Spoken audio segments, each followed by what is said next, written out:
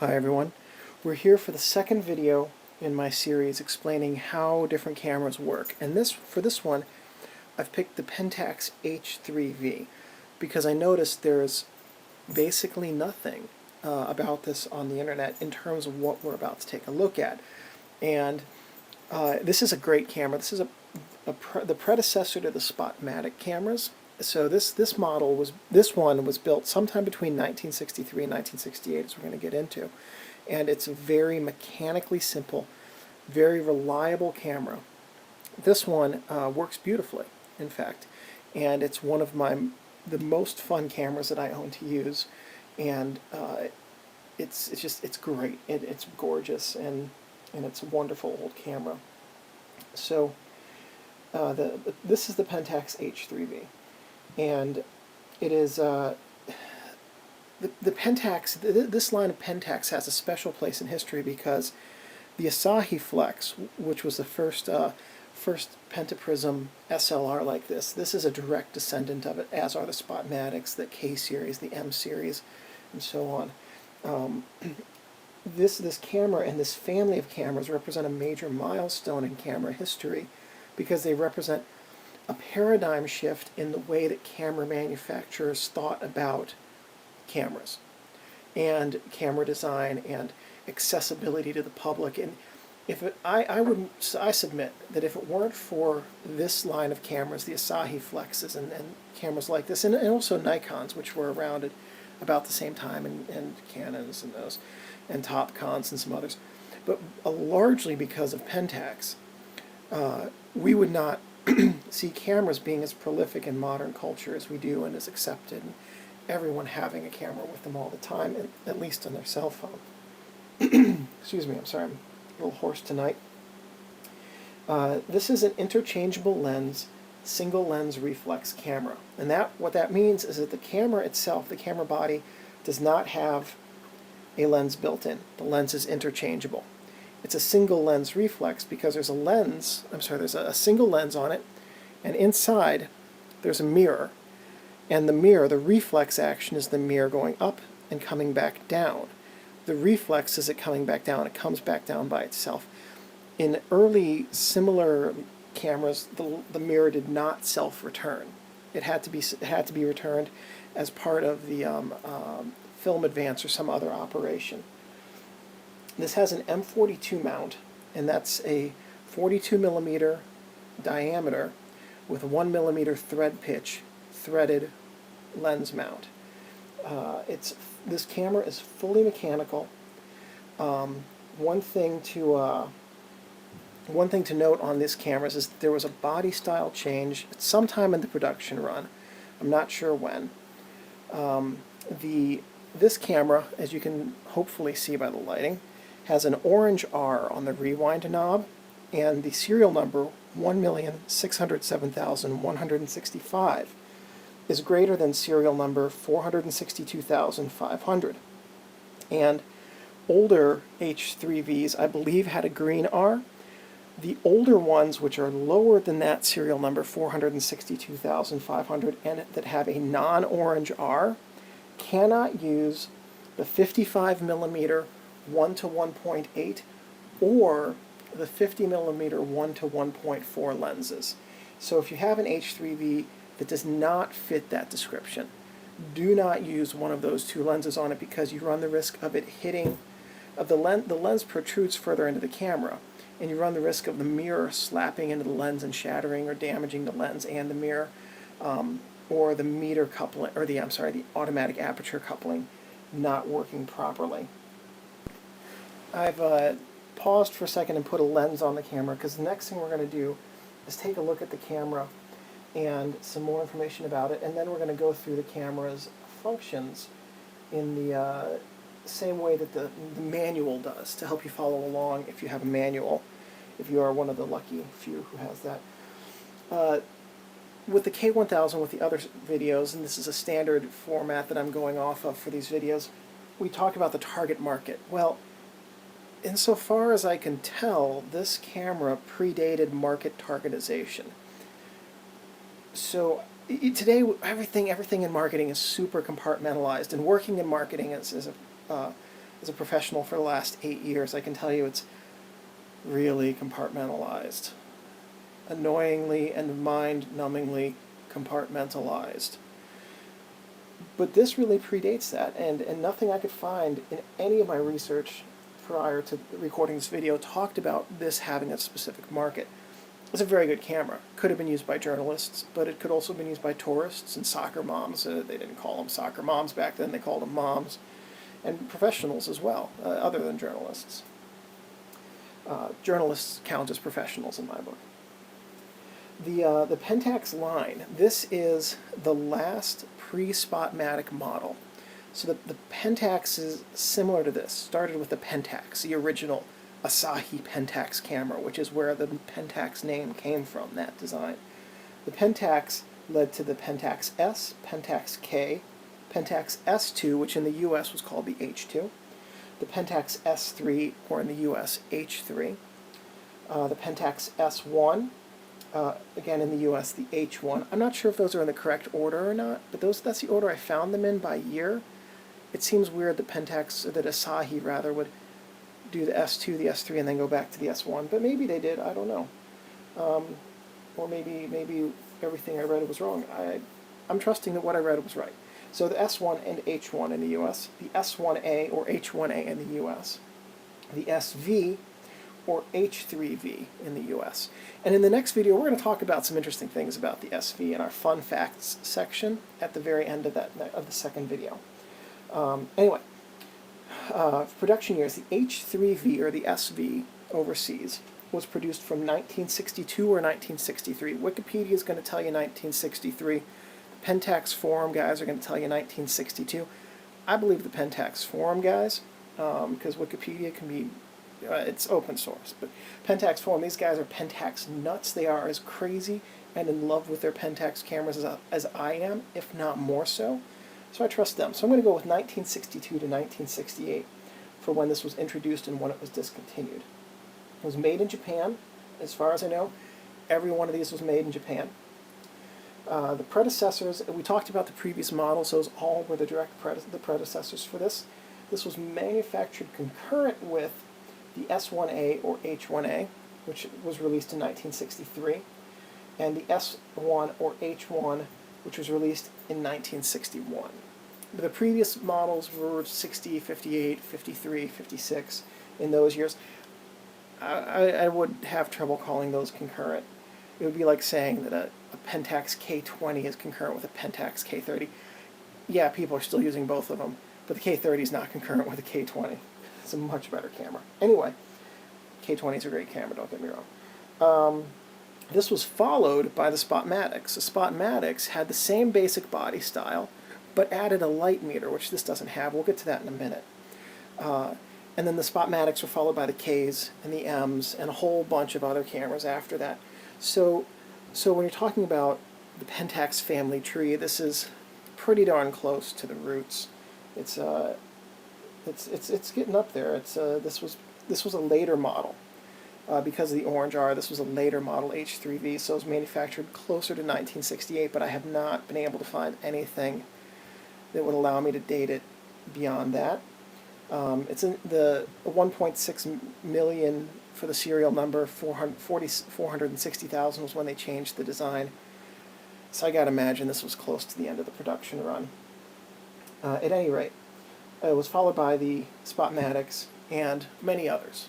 Alright, as you can see now, we're going to take a look at the top of the camera and the features and the functions that are on the top.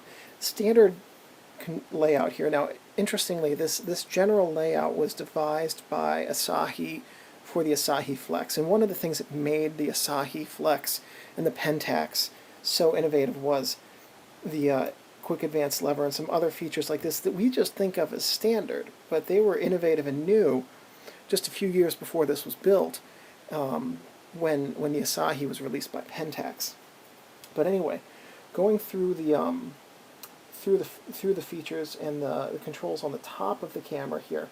Starting over here, we've got the film rewind dial, and it has in it the film rewind lever.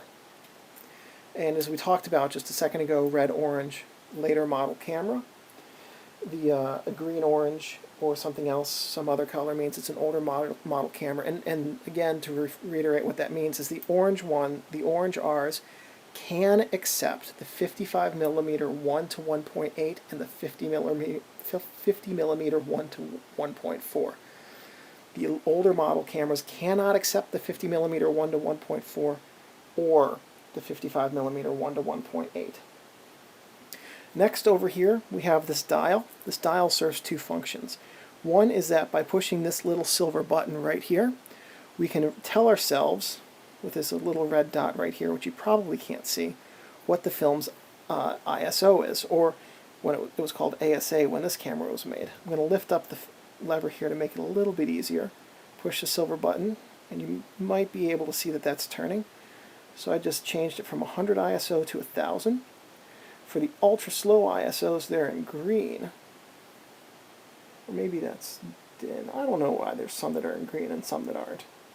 But the green ones go up to 400. Oh, maybe those are for color. I see. The green must be to indicate that it's color film, and the white to indicate that it's black and white film. That's clever. I wish I'd figured that out before I started this video. I'm going to set that back to 100 just because it's convenient. The other thing that this dial does is you might be able to see that there are ridges around the edges of it. This is the self-timer. Not far enough. So there we go. Turn it and clicks. I'm going to turn it about 50 degrees. That's a 5-second time. So every 10 degrees you turn this is about a second. It's a maximum of 10 seconds. So if you turn it the full like 180, it's 10 seconds. It doesn't add up, I know, but that's the way it is. So anyway, this is a self-timer. You just turn it to tension it and wind it up. And the silver button right here underneath the V. There we go, self-timer. That triggers it, gets to the end, does the shutter release automatically, and all I have to do is advance the film. Yeah, it's supposed to do that in one smooth motion. That's what the manual says. Anyway, so that's the self-timer, the self-timer release button. Sorry about that, I hope that... Okay, there we go. The next part is, we talked about the rewind knob and the rewind lever. Then we also have the cocked indicator. So we're going to move across the pentaprism housing right here. There's this little orange dot. That's the cocked indicator. If that's orange, that means that the camera's ready to take a picture. If it's black, the camera's not ready to take a picture. That's simple. When I advance the film advance arm after taking a picture, it returns it to orange to let me know that the camera's ready to take a picture again. Next we have the shutter release, which is this button right here, and you can also screw in a cable into the top of this. We also have the shutter speed dial.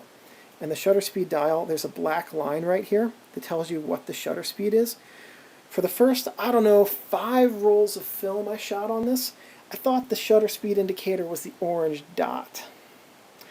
So I was off by 2 shutter speeds the entire time. It's pretty embarrassing, I admit. At least one of the rolls, if I hadn't been off like that, wouldn't have turned out. At any rate, so if you're using one of these, make sure to line up your shutter speed to the black line, not the orange dot. Don't be like me. Second, my phone screen keeps turning off, and my phone screen's got my outline on it, and that's very frustrating. Okay, so we got the self-timer, let's see, cocked indicator, shutter release, shutter dial, the film advance lever. This lever right here, cast metal, this is your film advance lever. So after you take a picture, just rotate it the whole way through, and it advances. An interesting thing that was new back in the 50s and 60s for cameras is that as you saw, as I advanced that lever, this number advanced. We think of that as standard today. But that was a pretty big innovation back in the late 50s. And also, when we open up the back of this camera, you'll see that that will automatically reset to 0. Another big innovation back in the 50s and 60s. Then over here on each of the corners, we have the strap lugs. This is where you're going to attach the strap to hold your camera around your neck or with your wrist, whatever you want to do. Then the film counter we talked about. Oh, and then the last thing is up here is where the serial number is and the model number. Serial number is going to be important if you want to make sure that your camera can mount the 2 lenses that protrude further back into the camera body. This is the front of the Pentax H3v, and we're going to take a look at the features that are on the front now. As we discussed earlier, this has an M42 mount, and the lenses screw in and screw out. I took it out already, but I'll show you. It just screws in like that. There we go, all the way in. You know it's all the way in because all of your control information is on the top of the lens. And then the lens just unscrews. If you're holding this around your neck, be very careful because it's not like a bayonet mount. These lenses that unscrew are more easily dropped. I'm very lucky, knock on wood, I have not yet dropped one, but they are a little bit easier to drop than the bayonet mounts.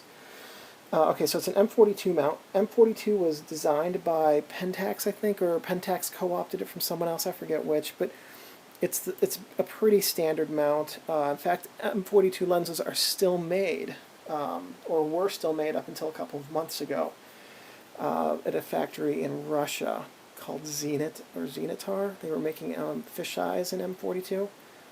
I heard they closed their doors, I'm not sure if that's true. Anyway, it's an M42 mount. It's also got an automatic diaphragm. So what I'm pointing to right here, which you can see, this button, that little flap, slapper flap as I call it, will contact this button right here, and when that button's depressed by the slapper flap, it shuts the aperture to give you the proper depth of field that you want for your image. And that's the automatic M42.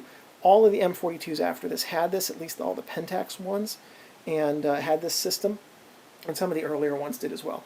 I have this set to a 15th of a second, so I'm going to hit the shutter release in just a second, and you'll notice that this slapper, when the mirror goes up at the same time, or mirrors makes no difference, the slapper is going to move forward, and if the lens were mounted, it would hit that pin, and that pin being shut would cause the aperture to do that.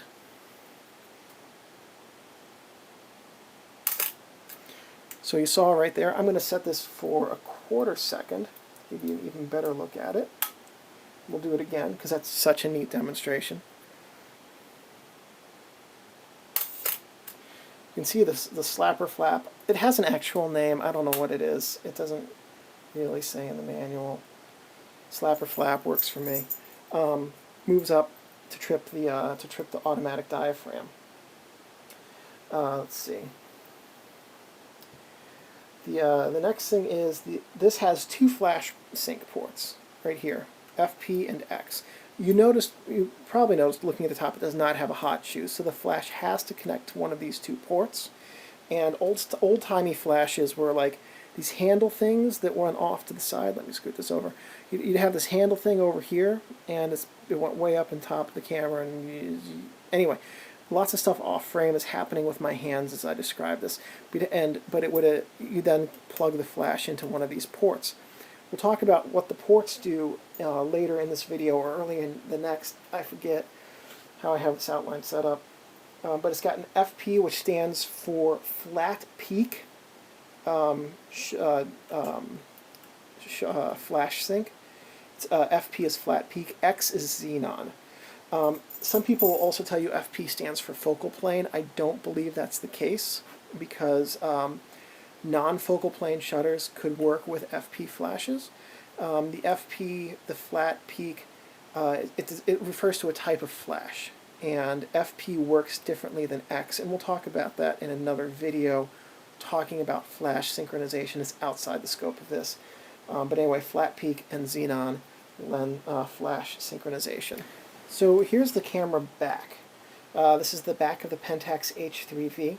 You can see here Asahi Optical Company, Japan, indicating this was made by Asahi Optical Company in Japan. There's also a number down here, 23200. I could not find out in my research what this number indicates. It is not the serial number. I don't know if it's a part number or some kind of date code or something else.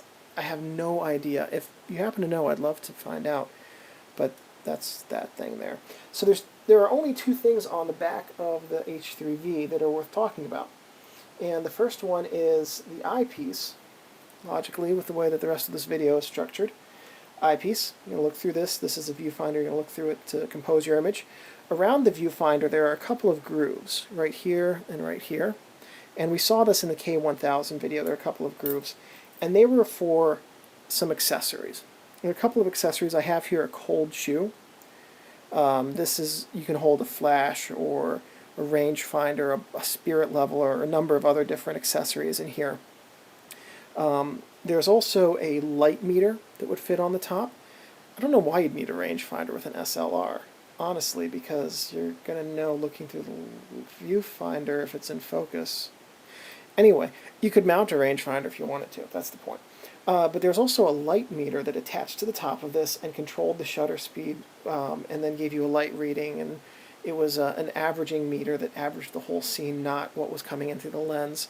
But it was back in the 60s, and that was, you know, pretty baller technology for the 60s.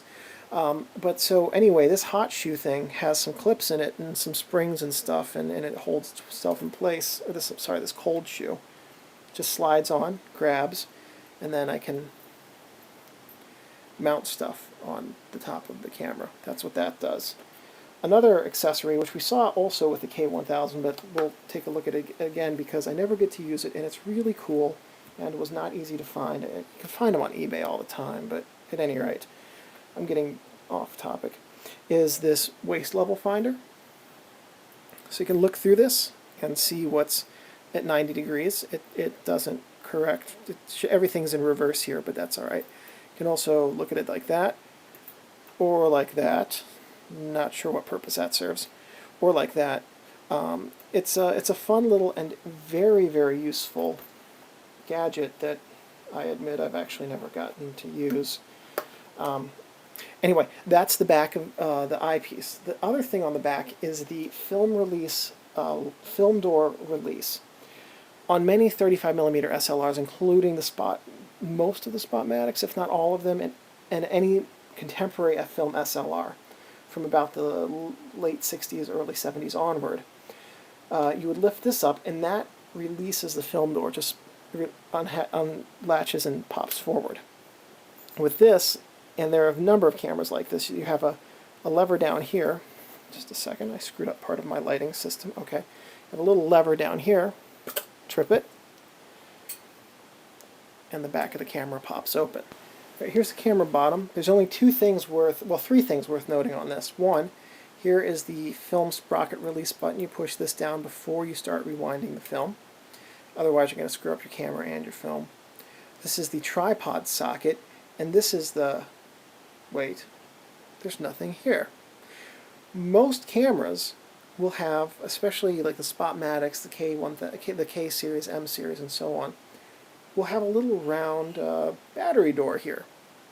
There's no battery door on this camera anywhere. This camera doesn't have a battery at all. So no need to worry about batteries getting corroded inside of it. It's purely mechanical. Now the drawback to that is there's no light meter. But if you have your own light meter, or you have one of the apps for your smartphone that is a light meter, and they're out there and they're free, and if you use old cameras, very useful to have, then you don't really need a light meter. In fact, this makes the camera last longer because there's no risk of the battery exploding if you can forget it on your shelf for 6 years. I haven't done that, fortunately, but I've gotten a lot of cameras from garage sales and eBay that and Craigslist where the batteries have exploded inside, and it's sad to see, and that will never happen with this camera. Alright, so this is the end of video 1 of 2 videos explaining the Pentax H3v and how it works. One thing I forgot to mention on the front here, we've got this little V right here on the self-timer. When the V comes around here and shows up, that's when it hits the front, that's when it takes a picture. I forgot to mention that, I'm sorry. I'm glad I saw that and remembered it. Anyway, this is the end of our video. So I hope you take a look at the second video where we're going to go into in-depth about how to use the camera. We're going to examine how some of these functions work together, and we'll take a look at how to load the film, how to advance it, how to unload the film. Some more information about the flashes, specifically what types of flashes to use with the various, with the 2 different flash sync ports. We will then also have some fun facts about the H3v at the end of that video, and believe me, every single one of them is fun. and effect. See you with that video.